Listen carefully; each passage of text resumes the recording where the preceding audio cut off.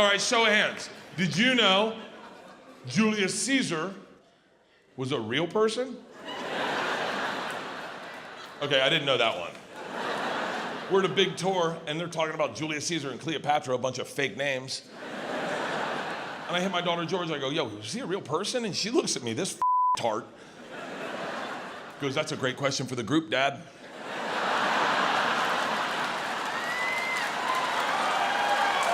You're special because you come out, obviously, in all your shirtless glory. Yeah. And you're looking svelte, man. You're looking more in shape. Sadly, I'm still morbidly obese in that special. That's like the craziest thing about the body, the BMI scale. Have you ever looked at yourself on the BMI scale? I try not to.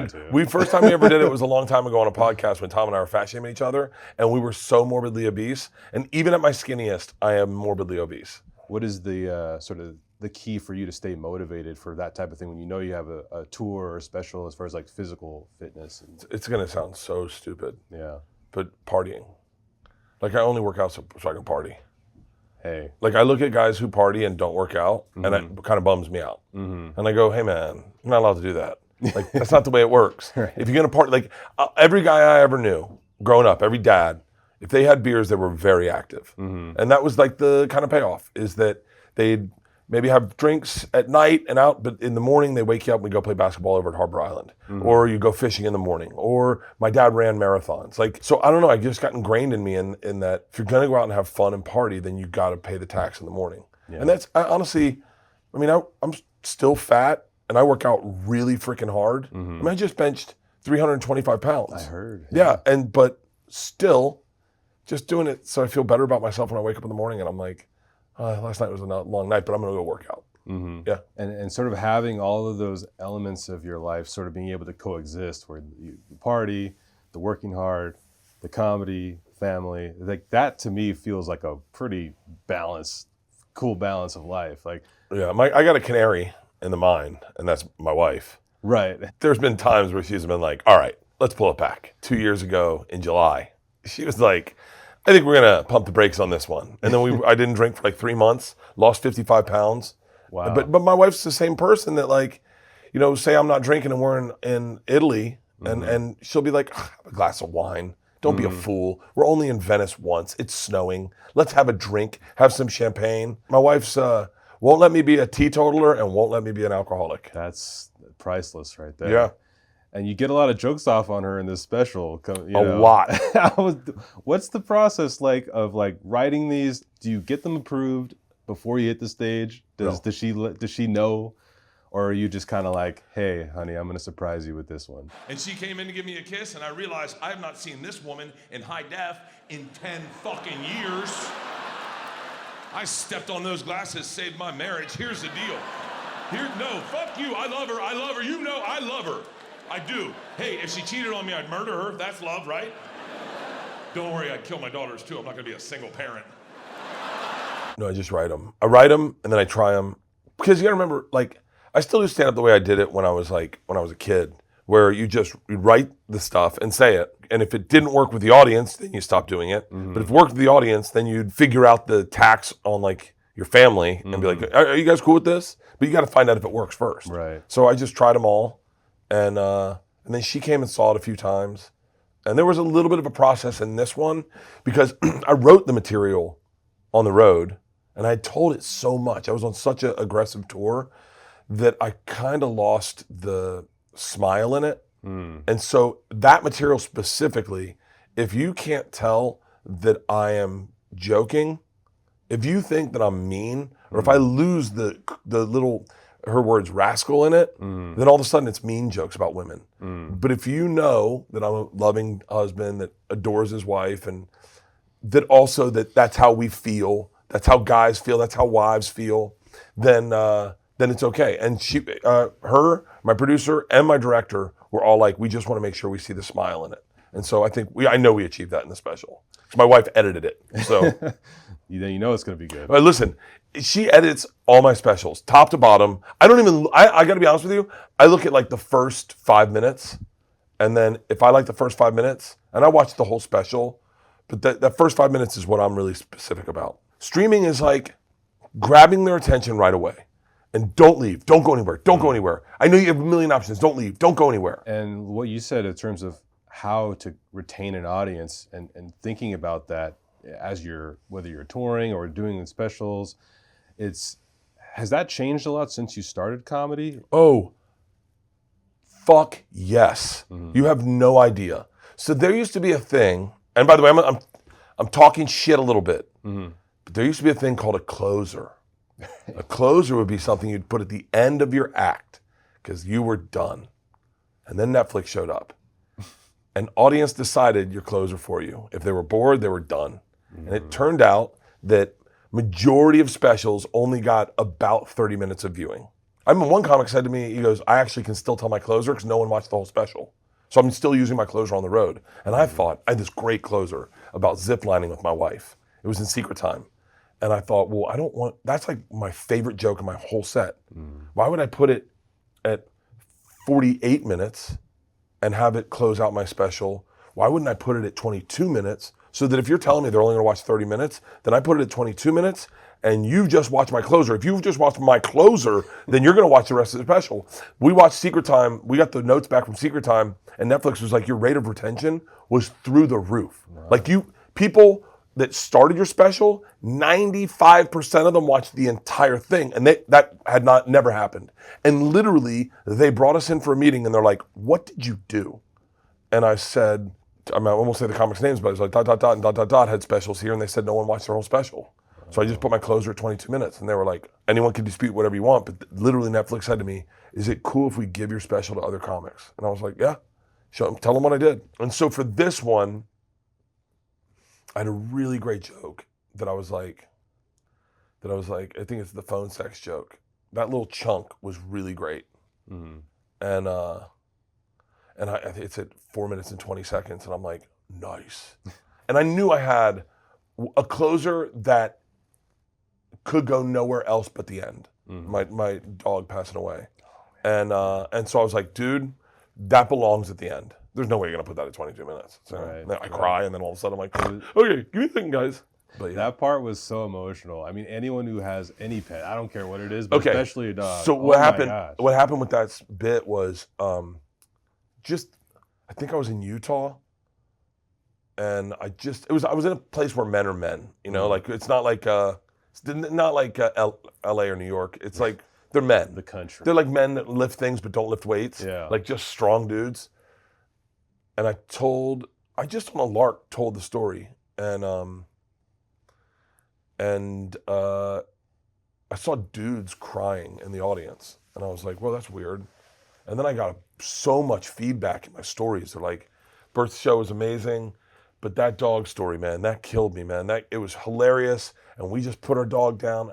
That kind of stuff in stand-up, like, you know, some comics look for the edgiest stuff or the stuff that like is gonna, you know, clickbait you like a little bit. For me, I look for the stuff that kind of brings us together and like it makes us all feel the same or equally as good about our broken parts. And I just thought that was a good bit to include in the special. Your laugh rides a line of laughter and crying in a way that just makes every joke hit. What's so funny is a long time ago I had a meeting with William Shatner.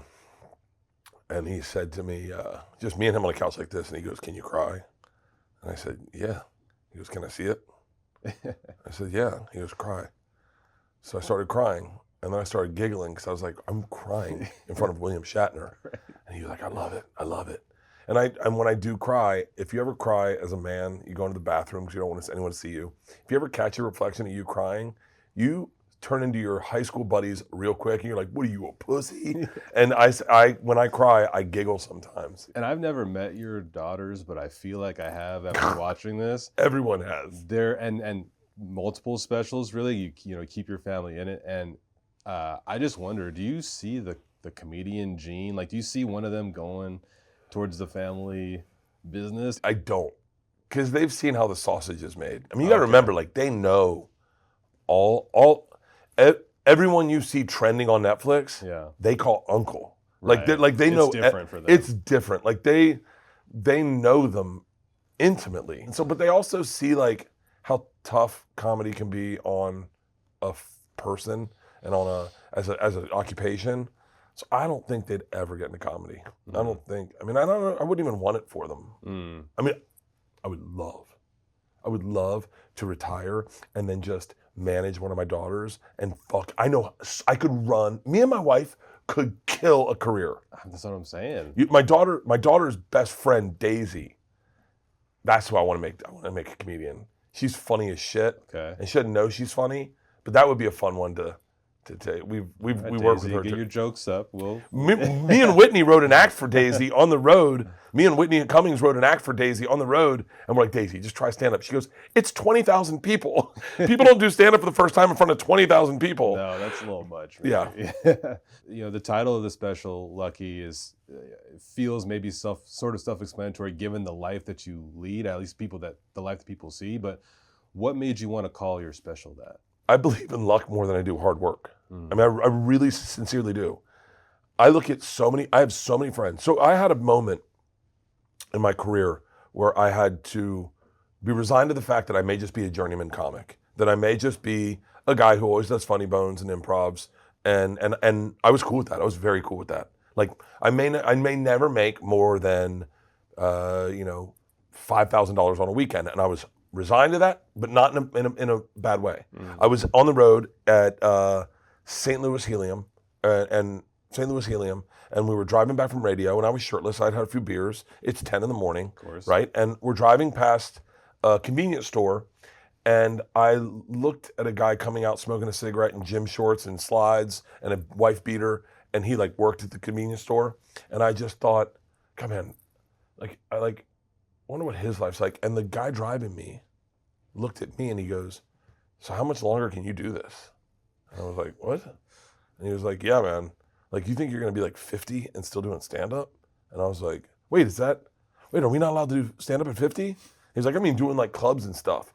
So I was resigned to the fact that I may never be the person everyone runs into the room to go watch do stand-up. I may not be the guy that gets specials. I may have to do a workaround. I may have to work a little different to get the fans that I need to make the living I need to keep my family above board. And then my machine story went viral. And one of my best friends happened to become the biggest media personality in the world. And my other best friend decided we should start a podcast. And then all of a sudden, 12 years earlier, one of my friends said, you should start a podcast. And now all of a sudden my podcast is blowing up. And then, I mean, I just feel like there's a lot of comics like me who right now are probably hearing this and going, no, I'm cool just being a comic. Like, I'm cool just making like $3,500 on the road, doing funny bones, getting up Thursday, doing radio on Friday, coming home Monday morning, seeing my kids Monday night, Tuesday, Wednesday, leaving Thursday morning. I'm cool with that. That's my job. I signed up for that. And when things happened for me, I just went, that's luck, man. So that hard work, everyone works hard. Everyone fucking works hard. But just sometimes you get lucky. And if you look at my story, I mean, I had no career out of college. Studied Russian only because I could get a C in it. Okay, that's it. The only reason I got 6.5 years in college, Rolling Stone magazine calls me the #1 party animal in the country. Try stand up for the first time, do well, move to New York. 6 months later, Will Smith discovers me. Move to LA. I get a development deal, get another development deal the next year, and a TV show. Another development deal and another TV show. Meet Leanne, right? When all that goes away. So she's not in there for the money. I meet a woman when I got nothing, who then has my back, says, get on the road. I start doing the road, and then all of a sudden shit starts happening again. If you look at my life, I'm the luckiest motherfucker you'll ever meet.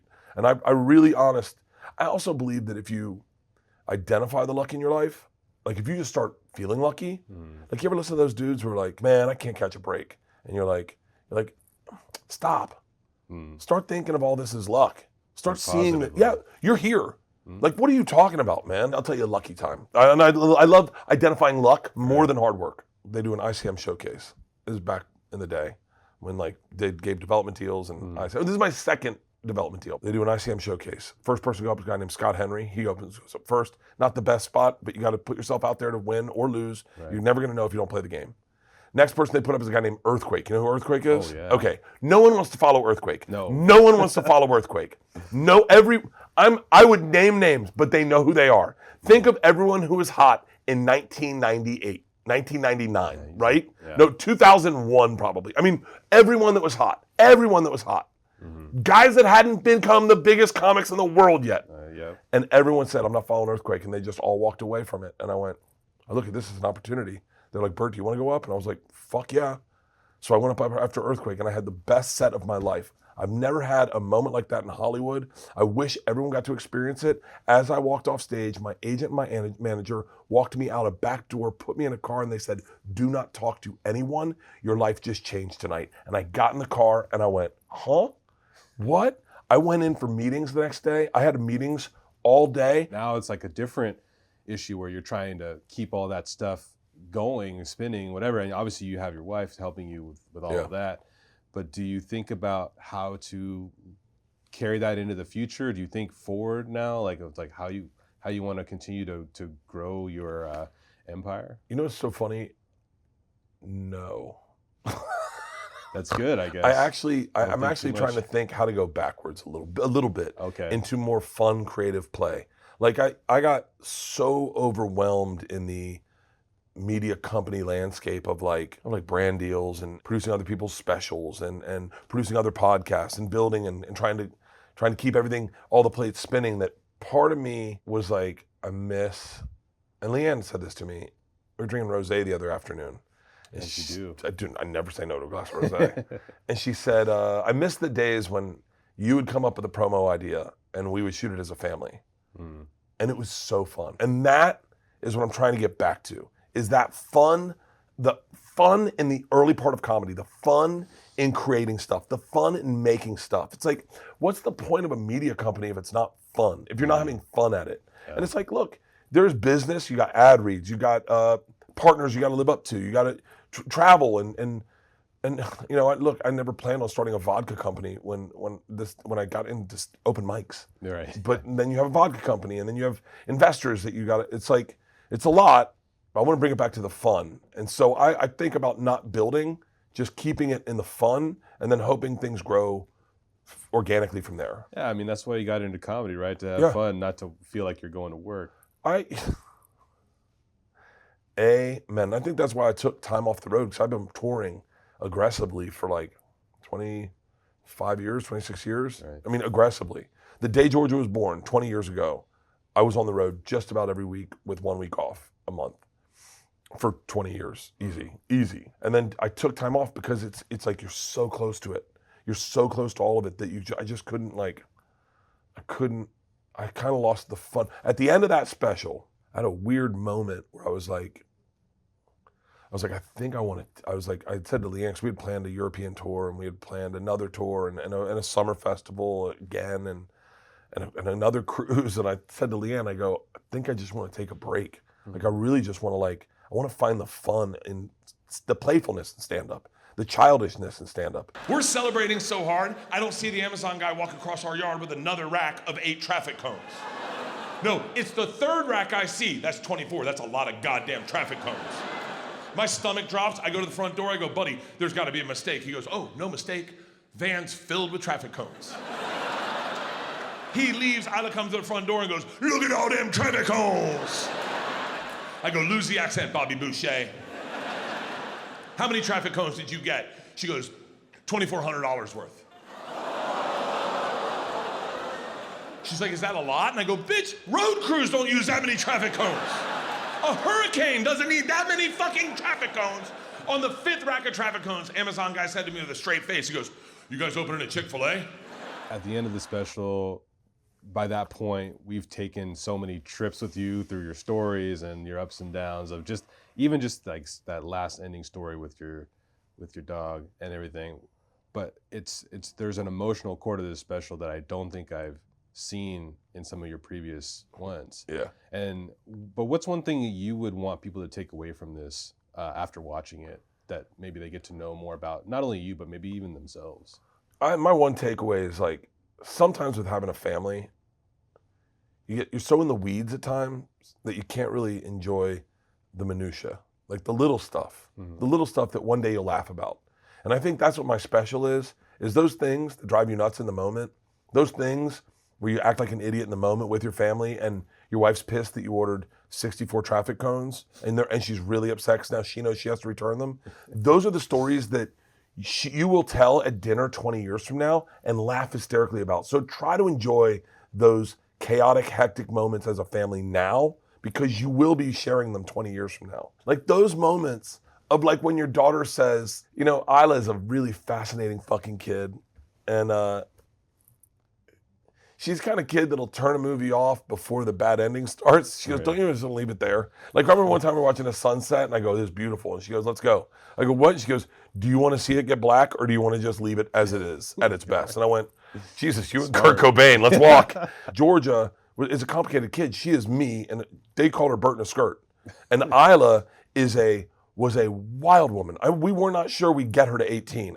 We didn't think she'd see 8, I swear to God. And I look back now at all those memories, and they're so hysterical. When we get together as a family and we tell stories, we cry laughing. So if you take anything away from my special, all the shit that you're in right now in the family, all the thick of it that you're in, 10 years from now, you'll be crying laughing at a table at Thanksgiving going, I can't believe we did that.